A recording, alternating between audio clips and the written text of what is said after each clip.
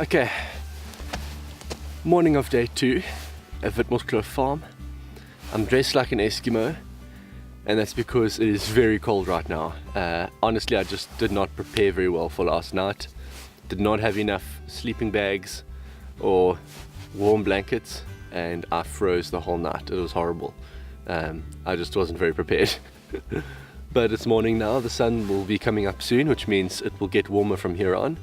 So the best thing to do is to head inside, make some good old coffee, prepare properly, and make the most of a day that looks like it's probably going to be really nice. There's absolutely no wind right now, not much cloud cover either, so it will definitely warm up. So I think we will be in for a good day. But first things first, let's go warm ourselves up.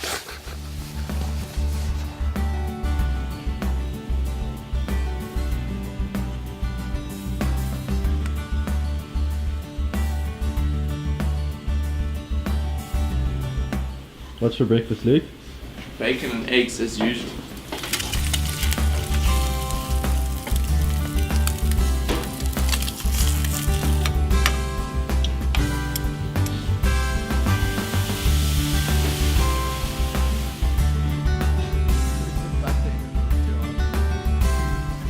Take a look what the monkeys and baboons did to this ox wagon here. Look on the front, those are all little hand marks.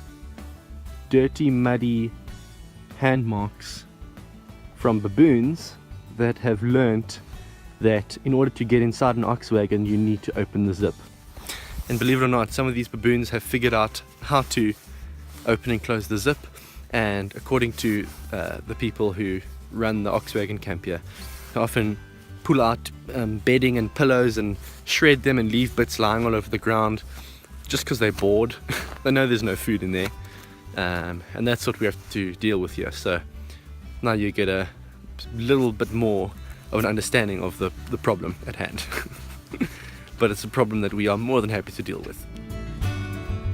Right, well, before we head out, I'm just going to check that my trajectory data that my phone's giving me for this altitude and this weather is correct. So I've got the impact out, got some pellets in a sandbag, and I'm just going to basically sit on the back of the truck and shoot a gong down range and see how it goes. 6 clicks up, and that should be pretty much spot on now. But I'm also going to attach something called the side shot scope cam, which will basically allow me to look through the scope and shoot, but you should be able to see what I'm doing as well, which is very cool.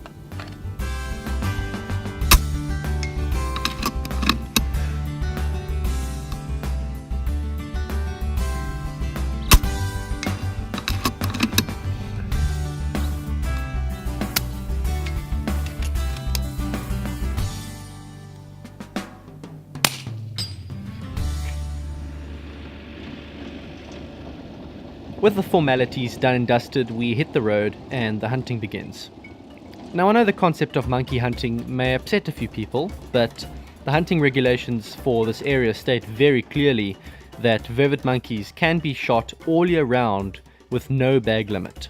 And in an area where the monkeys outnumber humans 1,000 to 1 and no longer have many natural predators, we really need to shoot as many as we possibly can. We get an easy opportunity early on with the impact, and this shot should silence anybody that argues that airgun hunting is inhumane. Obviously, with airgun hunting, shot placement is more important, but if you place the shot in the right area, it is a very, very humane way to deal with these animals. We spot a few more along a fence about 70 meters away, and I managed to capture this one through the scope cam at 500 frames a second. I underestimate the range a little bit, but the pellet passes straight through the lower neck and he drops on the spot. Yeah. Dead. That was solid in the neck. Good. Okay, I'm guessing that was about 40 meters, so I just held right on his head.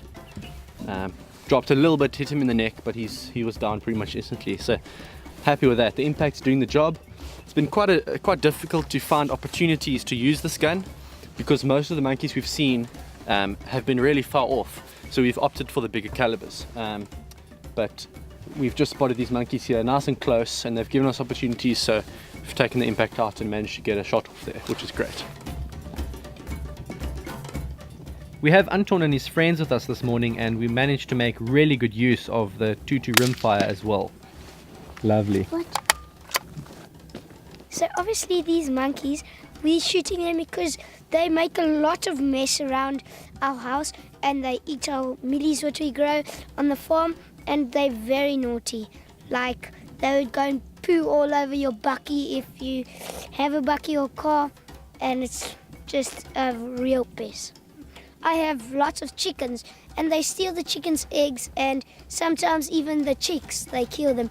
And we've also got fruit in the trees, and they just have one bite and they just drop it down. So they just eat our fruit and just waste it. After a really good morning of shooting with the air gun and rimfire, we head back to the camp and prepare for some more vomiting with the center fires. I needed to load up a few rounds, so the reloading stuff comes out and it's straight down to business. Being a very typical South African, I attach the press to a barbecue and proceed to seat the bullets from here.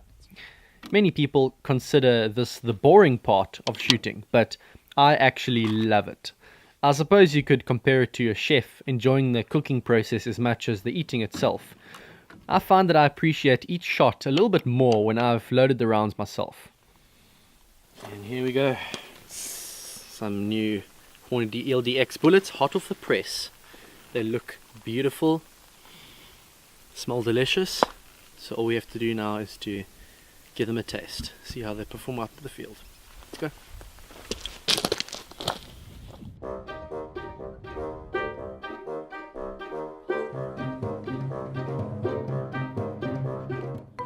We stop off at the farmhouse to pick Anton up again, and after spotting a monkey in a tree about 200 meters away, Anton takes first blood with Luke's ticker. Got him. Nice. Nice, Anton. Thanks. That was solid. Solid. Yeah, lekker gun this. Yeah. From here, it just turns into a big vomiting party as the monkeys appear all over the place. Yeah.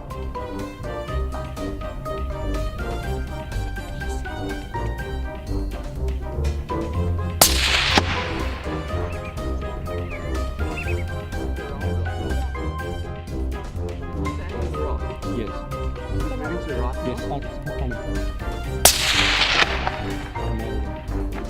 Yes.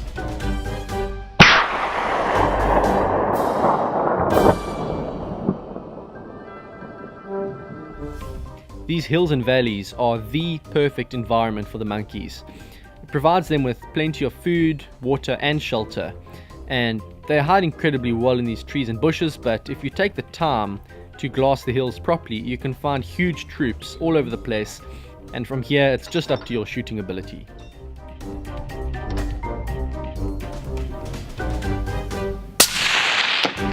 Smoked him.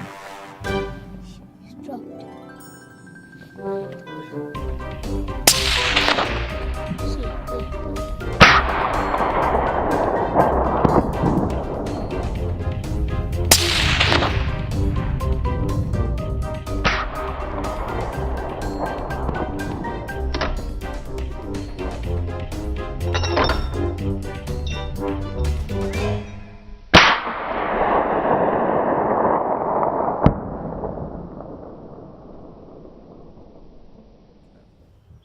Okay, we've had a pretty incredible morning shooting the monkeys here out on this hill.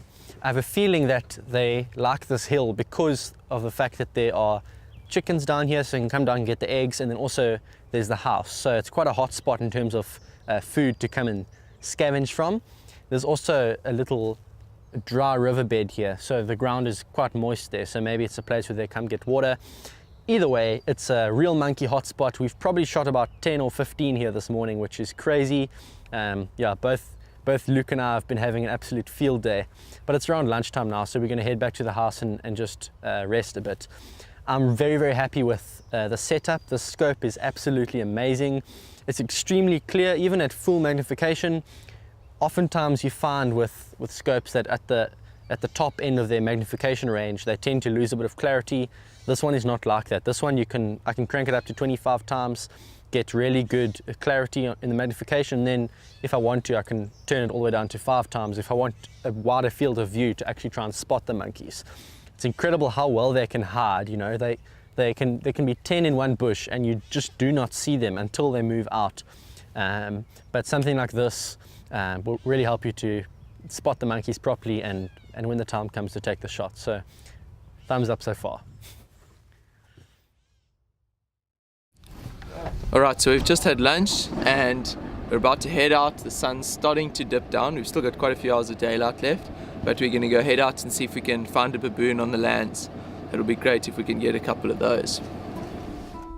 The monkeys are fun to shoot, but the baboons are our primary target, and the best place to find them is on the lands or the cultivated areas of the farm. These lands are irrigated, so they provide the baboons with an easy source of water, but this creates problems for the farmers when the baboons start ripping up the water pipes. They also kill newborn lambs on the lands, so it's an area that needs to be constantly watched. We arrive at the lands hoping to find a troop of baboons out in the open, but alas, the baboons are nowhere to be seen. This does, however, give us a moment to appreciate some other animals in the area, including a nice mountain reedbuck ram right in the middle of the field. Okay. Eventually, we spot a monkey about 550 meters away, and I set up for a shot, but just end up missing his head.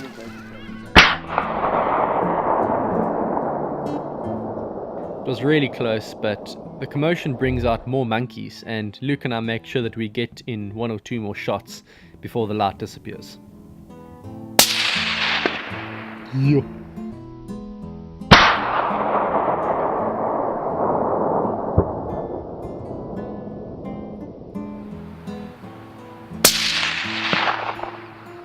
That's what you call multitasking, when you want to shoot a monkey but you also want to chronograph around without wasting it. You put the chronograph in front of the gun and then you shoot the monkey.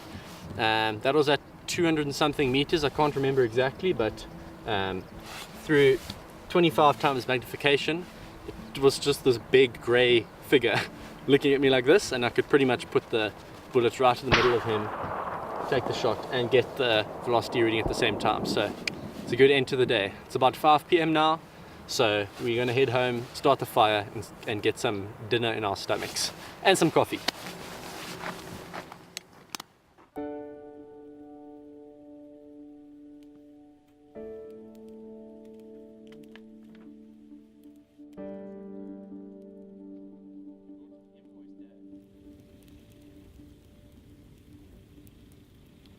Alright, so after a very good day of shooting, we've decided to come back and wind down by the fire here and just enjoy each other's company and put some meat on the grid and have a feast tonight at this beautiful evening. There's no wind around.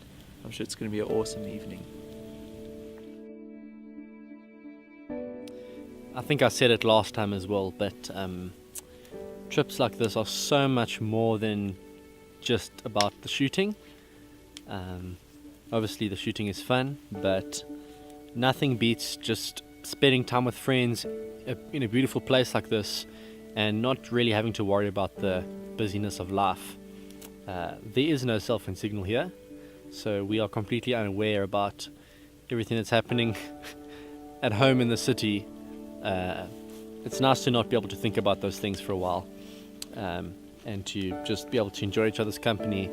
It's one of those rare occasions where we're all free at the same time. So coming to the Oxwagon camp, just the 3 of us, has kind of become a tradition now, and it certainly hasn't disappointed today. It's been absolutely fantastic, not just in terms of what we've been able to shoot, but also just the times we've had together, the jokes that have been told, the laughs that have been had, and of course the good coffee. And we're about to complement the good coffee with some good meat, so can't say I'm disappointed at all. It's met our expectations and exceeded them. We did a blessed buck hunt a few weeks back, and this is actually the animal I shot at 220 meters, the second animal of the day. We've turned it into some sausage, and this stuff is really delicious. And there's just something satisfying about eating some meat that you've harvested yourself from in the field to the plate. There's just something really satisfying about doing that, and knowing you haven't just gone and bought it. Nothing wrong with that, but there's just something that satisfies, I think, some of our inner hunter-gatherer instincts that we enjoy. And that's a wrap on another fantastic day at Witmoskloof. I hope you've enjoyed it, and there's still plenty to come. So I'll see you on the next episode. Thanks for watching.